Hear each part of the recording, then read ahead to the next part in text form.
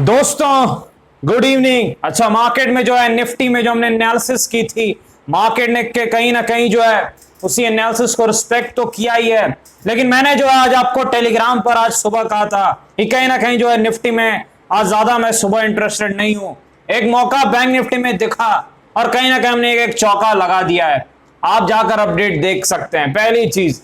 दूसरी चीज क्या है कि कहीं ना कहीं जो याद रखिए, बैंक निफ्टी को मैं ज्यादा ट्रेड नहीं करता हूं, ये चीज मैं आपको बता दूं और आपको पता भी है, लेकिन काफी लोग करते हैं, मुझे पता है। मैं पर्सनली निफ्टी में ज्यादा ट्रेड करता हूं, मैक्सिमम ट्रेड कहीं ना कहीं। लेकिन जो है कहीं ना कहीं मौका हमने एक सुबह मिस किया निफ्टी में, और फिर जो है सही मौका एक बैंक निफ्टी में दिखा तो हमने कहीं ना कहीं प्रयास किया।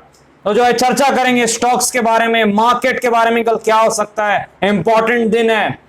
तो स्वागत है आपका आपके अपने चैनल टीके मनी में। मेरा नाम है त्रिभुवन, सर्टिफाइड इन इक्विटी डेरिवेटिव्स में। जो नए लोग हैं वो पुराने लोगों की तरह टेलीग्राम चैनल पर आ सकते हैं, टीके मनी सर्च कर सकते हैं। 4000 के आसपास मेंबर्स पहले से टेलीग्राम पे है। आपको क्या करना है, टीके मनी सर्च करना है। टीके मनी सर्च करेंगे टेलीग्राम पर, अब आप जो है आ जाएंगे।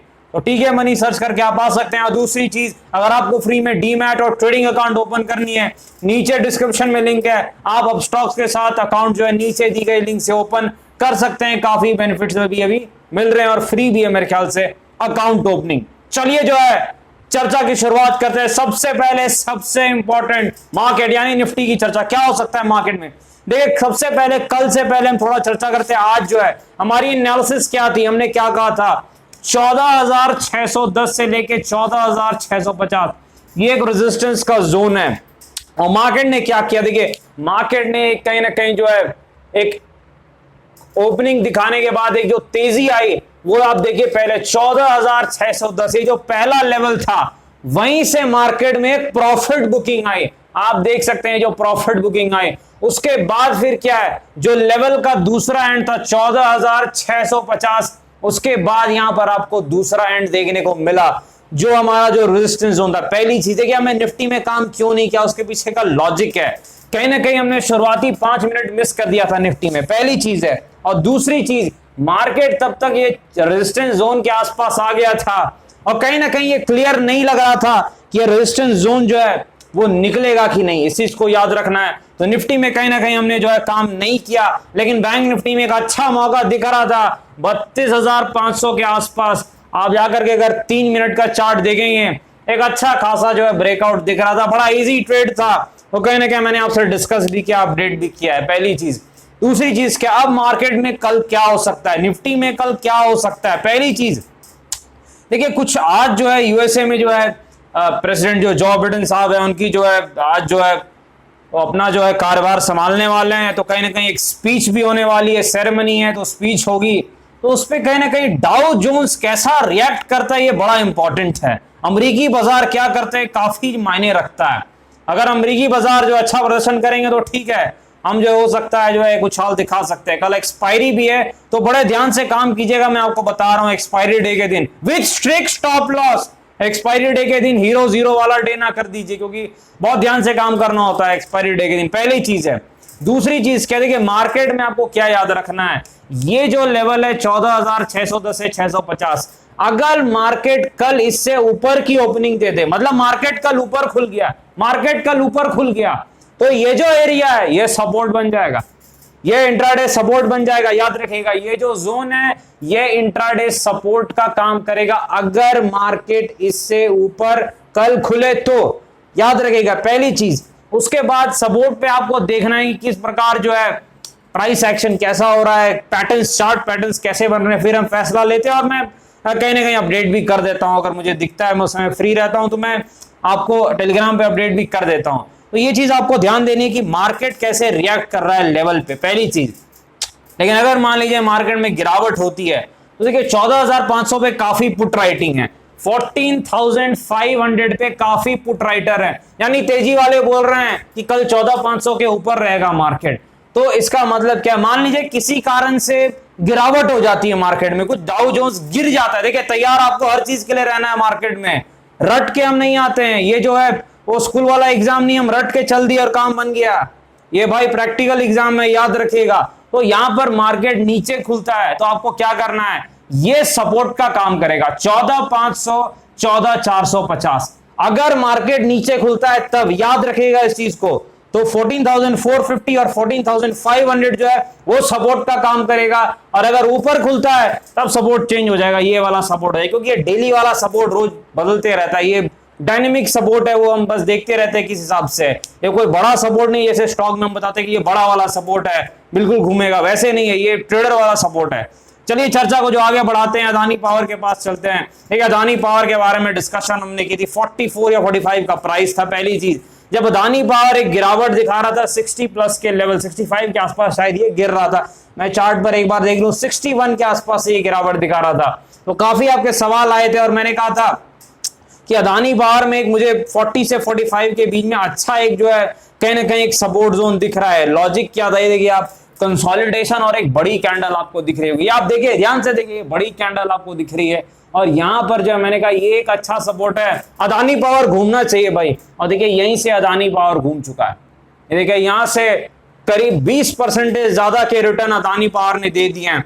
देखिए अब रिजल्ट कब आ रहे हैं ये सारी चीजें मुझे पता नहीं, क्योंकि स्टॉक रिजल्ट पे काफी ज्यादा अफरा तफरी दिखाते हुए, तो ये चीज मुझे पता नहीं है, लेकिन जो है आपको ध्यान क्या देना है, अब नया सपोर्ट क्या है अदानी पावर का, ये जो 50 का एरिया ये सपोर्ट बन गया भाई, ये जो 50 के आसपास का एरिया है, +-1 आप कर सकते हैं। सपोर्ट कभी भी एक पिन पॉइंट नहीं होता है, सपोर्ट हमेशा जो है एक जोन होता है, याद रखिएगा इस चीज को। पहली चीज, रेजिस्टेंस का ये बड़ी वाली कैंडल, यानी ये 60 रुपए के ऊपर अगर निकलेगा एक और दौड़ लगा सकता है अदानी पावर। ये जो 60 के ऊपर का लेवल है 60 प्लस, जो आपको ऊपर वाली कैंडल का हाई दिख रहा है। आगे बढ़ते हैं, एनटीपीसी के पास चलते हैं। एनटीपीसी अच्छी कंपनी है, कहीं ना कहीं गवर्नमेंट स्टॉक्स में से कुछ अच्छे स्टॉक्स हैं, उनमें से जो इन्वेस्टर्स के लिए जो है एनटीपीसी, पावर ग्रिड, ये सारे हैं जो कहीं ना कहीं।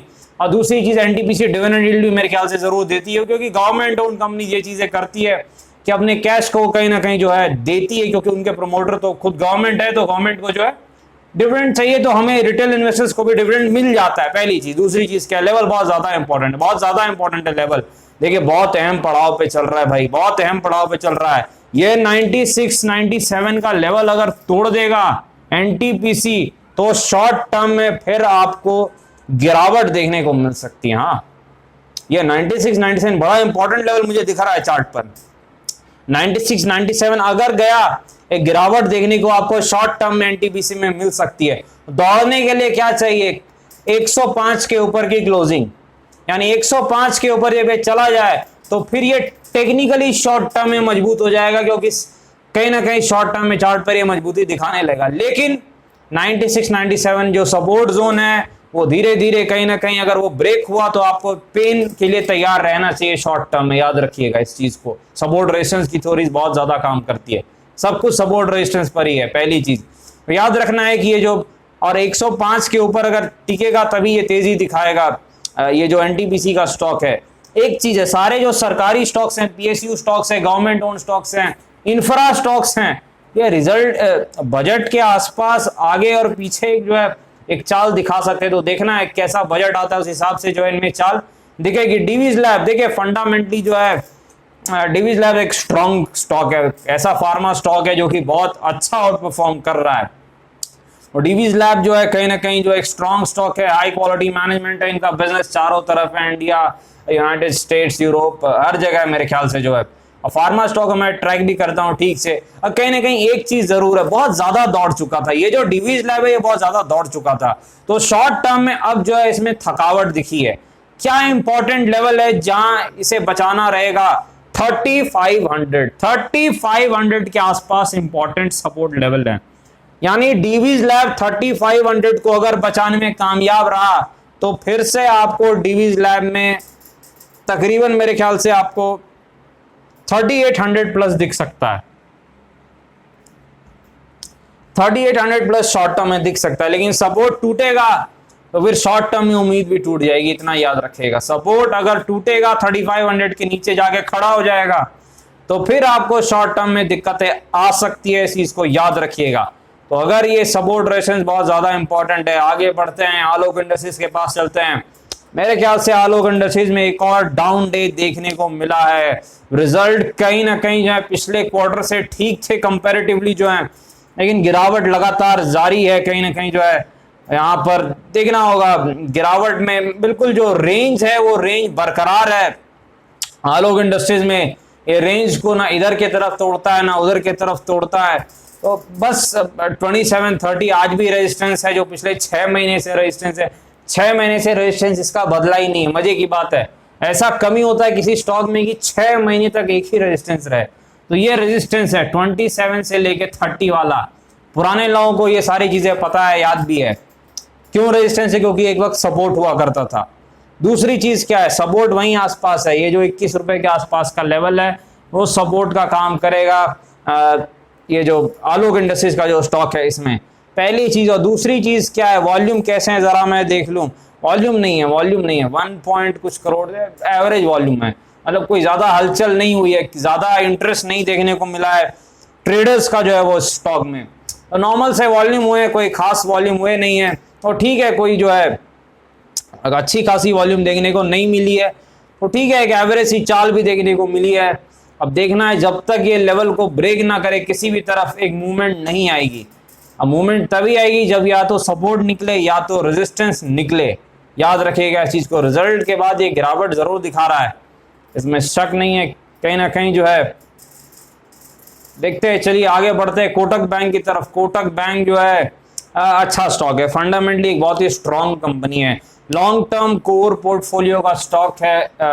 कोटक बैंक जो है कहीं ना कहीं जो है निचले स्तर पर कोटक बैंक को इन्वेस्टर्स लेते हैं, मैंने आपको पहले भी बताया है।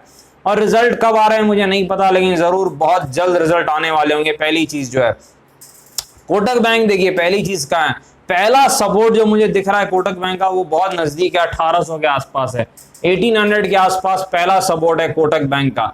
तो याद रखिएगा इस चीज को। और अगर कोटक बैंक अक्सर सपोर्ट को बचा लेता है, ये जल्दी तोड़ता नहीं है सपोर्ट को, और रिजल्ट ठीक ही रहेंगे। 1800 1800 के आसपास सपोर्ट है, फंडामेंटली बहुत स्ट्रॉन्ग बैंक है, काफी चीजें हैं कहीं ना कहीं जो है याद रखना है। हाई क्वालिटी मैनेजमेंट है, बिजनेस ग्रोथ तगड़ा है, रिटेल लोन जो है इनका जबरदस्त ग्रोथ वहां पर देखने को मिलती है, रिटेल सेगमेंट पे काफी अच्छी पकड़ है इनकी। तो याद रखना है 1800 एक बड़ा इंपॉर्टेंट लेवल है, और अगर वो निकल गया तब 1600 तो भाई इन्वेस्टमेंट वाला लेवल है। 1600 के आसपास बहुत बड़ा वाला सपोर्ट है, हाँ बहुत बड़ा वाला सपोर्ट है। तो याद रखना है एक बहुत ज्यादा इंपॉर्टेंट सपोर्ट 1600 के आसपास है, तो काफी अच्छा है। और रेजिस्टेंस कहां पर है, 2000, यहां से गिरा है वही रेजिस्टेंस है। ये देखिए यहां से गिरा है 2000, ये रेजिस्टेंस है। सपोर्ट पहला कहां, ये 1800, ये जो लो दिख रहा है पिछला जो स्विंग लो है ये सपोर्ट है। और कहां है अगला सपोर्ट, 1600 के आसपास। आगे बढ़ते हैं यस बैंक की तरफ चलते। कुछ खबर है, यस बैंक के रिजल्ट 2 दिन बाद आने वाले हैं, और 2 दिन बाद एक और चीज हो रही है, फंड रेजिंग हो रही है। यानी यस बैंक जो है वो कहीं ना कहीं मार्केट से कुछ पैसा उठाना चाहते हैं अपने बिजनेस ग्रोथ के लिए। देखना है कितना फंड ये रेज करते हैं। पिछली बार 15,000 करोड़ के आसपास की फंड इन्होंने रेज की थी एफपीओ के थ्रू, लेकिन वो प्राइस शायद 12 रुपए के आसपास थी। इस बार क्या प्राइस होगी, बहुत ज्यादा इंपॉर्टेंट है। प्राइस अगर बुक वैल्यू से ज्यादा हो, बुक वैल्यू कितनी है, 14 रुपए के आसपास है, इससे ज्यादा पे अगर फंड रेज करेंगे तो अच्छा है। 14 से ऊपर करेंगे तो अच्छा है, अगर 14 से नीचे करेंगे तो अच्छा नहीं है। याद रखिएगा इस चीज को।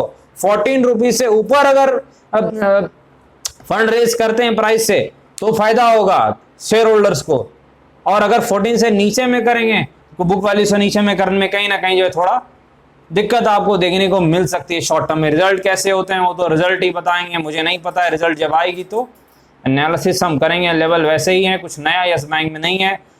22-25 रेजिस्टेंस है, 15 के आसपास सपोर्ट है। फ्यूचर रिटेल में शायद कुछ न्यूज है, क्योंकि मैंने देखा आखिरी आधे घंटे में फ्यूचर रिटेल दौड़ रहा था। हाँ फ्यूचर रिटेल दौड़ रहा था, कहीं ना कहीं जो है बहुत जबरदस्त तीखी चाल है कि आप दिखाइए। अब क्या न्यूज है मुझे नहीं पता, अगर आपको पता है तो अच्छा है, आप बता सकते हैं। सपोर्ट रेजिस्टेंस याद है मुझे, 65 के आसपास सपोर्ट है, 95 के आसपास रेजिस्टेंस है। पर ये न्यूज पे चलने वाला स्टॉक है, तो न्यूज ही सब कुछ डिसाइड करेगा कि न्यूज किस तरफ आती है। अब याद रखिएगा इसको, बहुत वॉलेटाइल स्टॉक है। डिस्क्लेमर पता है, ये वीडियो एजुकेशन और इन्फॉर्मेशन पर्पस के लिए कृपया अपने फाइनेंशियल एडवाइजर से बातचीत करके फैसले बाजार में काफी जोखिम में ध्यान से काम करें। धन्यवाद।